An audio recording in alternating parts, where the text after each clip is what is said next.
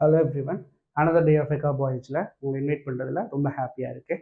So இன்றைக்கி நம்ம என்ன இடியம் பார்க்க போகிறோம் அப்படின்னு சொன்னால் a house of cards. A house of cards.